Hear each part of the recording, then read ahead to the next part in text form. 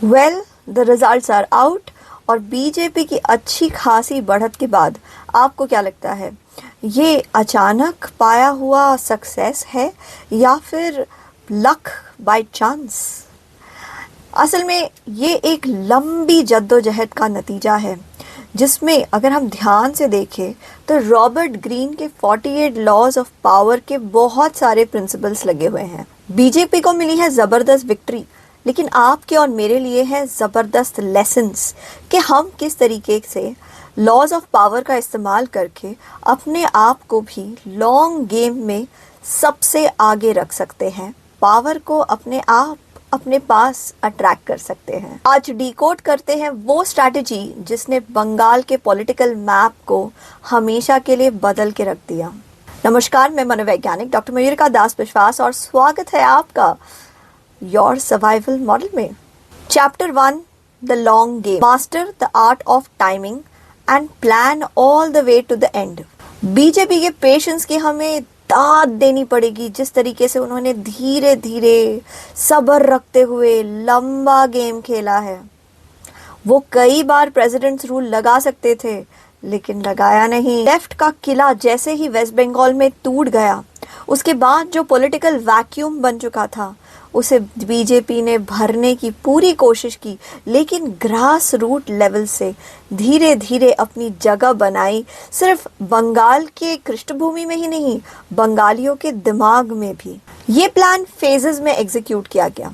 2016 में वो लगभग इनविजिबल थे, लेकिन उनका प्लान था ग्रास रूट लेवल पे अपना नेटवर्क बनाना, आरएसएस के वर्कर्स को ग्रास रूट लेवल पर जगह जगह तक पहुंचा देना। 2019 में उनके ग्रास रूट लेवल के वर्क का ज़बरदस्त फ़ायदा हुआ और उन्हें एक ऐसी जीत मिली जो उनको पहले कभी नहीं मिली थी। फिर 2021 में भले ही वो असेंबली इलेक्शंस नहीं जीत सके, लेकिन पहली बार वो इस स्टेट के प्रिंसिपल ऑपोजिशन पार्टी बन गए। जब आप प्रिंसिपल ऑपोजिशन पार्टी बन जाते हैं तो आप जीत से बस एक कदम दूर हो जाते हैं। चैप्टर 2, रॉबर्ट ग्रीन के लॉ ऑफ पावर के हिसाब से फ्लिप द स्क्रिप्ट। बीजेपी ने अपने इनिशियल वीकनेस को, अपने लॉस को अपने ही फायदे में यूज करना शुरू कर दिया। जब टीएमसी के वर्कर्स पॉलिटिकल वायलेंस का इस्तेमाल कर रहे थे बीजेपी के वर्कर्स के खिलाफ, उन्होंने इस चीज को दबने नहीं दिया। अपने आप को एक विक्टिम पोजीशन में सामने खड़ा किया कि देखो बंगाल में ऑपोजिशन पार्टी बनना कितना खतरनाक है और हम बंगालियों के लिए ये खतरा उठा रहे हैं। जब एक विक्टिम लड़ता है तो उसका साथ देने का मन हर किसी को करता है। जब टीएमसी अपने 30% मुस्लिम वोट बैंक को कंसोलिडेट करने में लगी थी, तब बीजेपी का प्लान बिल्कुल साफ था। जो रिमेनिंग 70% वोटर्स है, उनमें से उनको सबकी ज़रूरत नहीं है, उनमें से उनको सिर्फ 50% की ज़रूरत है। यानी कि 10 में से जो 7 नॉन मुस्लिम वोटर्स हैं, उनमें से अगर 5 से 6 भी मिल गए तब भी जीत बीजेपी की होगी। हिंदू इलेक्टोरेट को कंसोलिडेट करना कोई रातों रात का काम नहीं था। इसके लिए काम बहुत सारे लेवल पर बहुत सारे समय तक किया गया। बंगालियों को पूजा सेलिब्रेट करने का बहुत शौक है, पूजा में अपने आप को इन्वॉल्व कर लेना, बंगालियों के बीच में रामनवमी जैसे पूजा के अनुष्ठानों को लेके ज़्यादा अवेयरनेस क्रिएट करना, उन्हें इस पर्व का महत्व समझाना बीजेपी को बहुत काम आया। चैप्टर 3, दुखती रग ढूंढ के निकालना और फिर उसी के ऊपर हमला करना। रॉबर्ट ग्रीन कहते हैं कि हर इंसान की एक थंब स्क्रू होती है, यानी कि उसकी दुखती रग, और अगर हम बढ़त हासिल करना चाहते हैं, stir the water, catch the fish. Target के इमोशनल गैप को पहचानो, इनसिक्योरिटी को जगाओ और फिर अपने सोल्यूशन को प्रेजेंट करो। वेस्ट बंगाल ने पार्टीशन के समय भारी वायलेंस देखा है। ठीक उसी तरीके से बंगालियों ने 1970 वॉर के बांग्लादेश के क्रिएशन के वक्त भी देखा है कि किस तरीके के रेफ्यूजी प्रॉब्लम ने बंगाल के पूरे डेमोग्राफिक्स को रातों रात बदल दिया। इस दबी हुई इनसिक्योरिटी को बीजेपी ने बहुत अच्छे से हवा दी। हिंदुओं को बांग्लादेश में परसिक्यूट किया जा रहा था, लेकिन यहाँ पे हिंदुओं को एक्टिवेट किया गया, उन्हें बताया गया कि किस तरीके से अगर वेस्ट बंगाल को डेमोग्राफिक्स चेंज हो जाता है तो वो स्टेट के लिए कितना खतरनाक हो सकता है। BJP's digital campaign is unlike anyone else's. जबरदस्त इन्वेस्टमेंट लगती है किसी मुद्दे को डिजिटली, सोशली सबके दिमाग में बनाए रखने के लिए।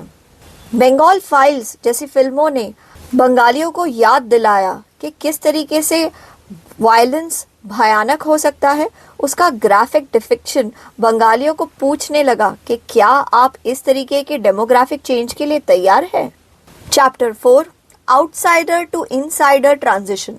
रॉबर्ट ग्रीन कहते हैं, you may think as you like but behave just like others. Mamata Didi सबको कहती रही कि ये बीजेपी बाहर की पार्टी है, बाहर की पार्टी है, लेकिन बीजेपी ने अपने एक्शन से प्रूव कर दिया कि वो किस तरीके से बंगाल की कल्चर को समझते हैं।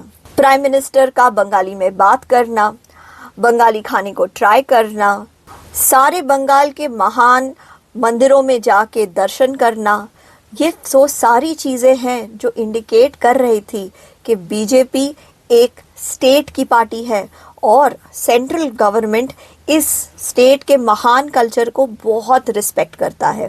बीजेपी ने बंगालियों के सामने एक बहुत ही स्पष्ट बात रखी, अगर आप सच में स्वतंत्र है वेस्ट बंगाल में तो आप जय श्री राम क्यों नहीं बोल सकते, तो आप जिस वक्त चाहते हैं उस वक्त दुर्गा पूजा का विसर्जन क्यों नहीं कर सकते। बीजेपी के लॉ मेकर्स ने लोकल मुद्दे उठाए और अपने आप को लोकल रंग में रंग लिया।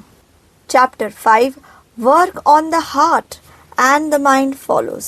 बीजेपी ने अपनी फिलॉसफी को, अपने प्रोसेसेस और प्रिंसिपल्स को ऊपर से थोपने की कोशिश नहीं की, बल्कि ममता जी के माँ माटी मानुष के स्लोगन को ग्रास रूट लेवल पर सवाल किया।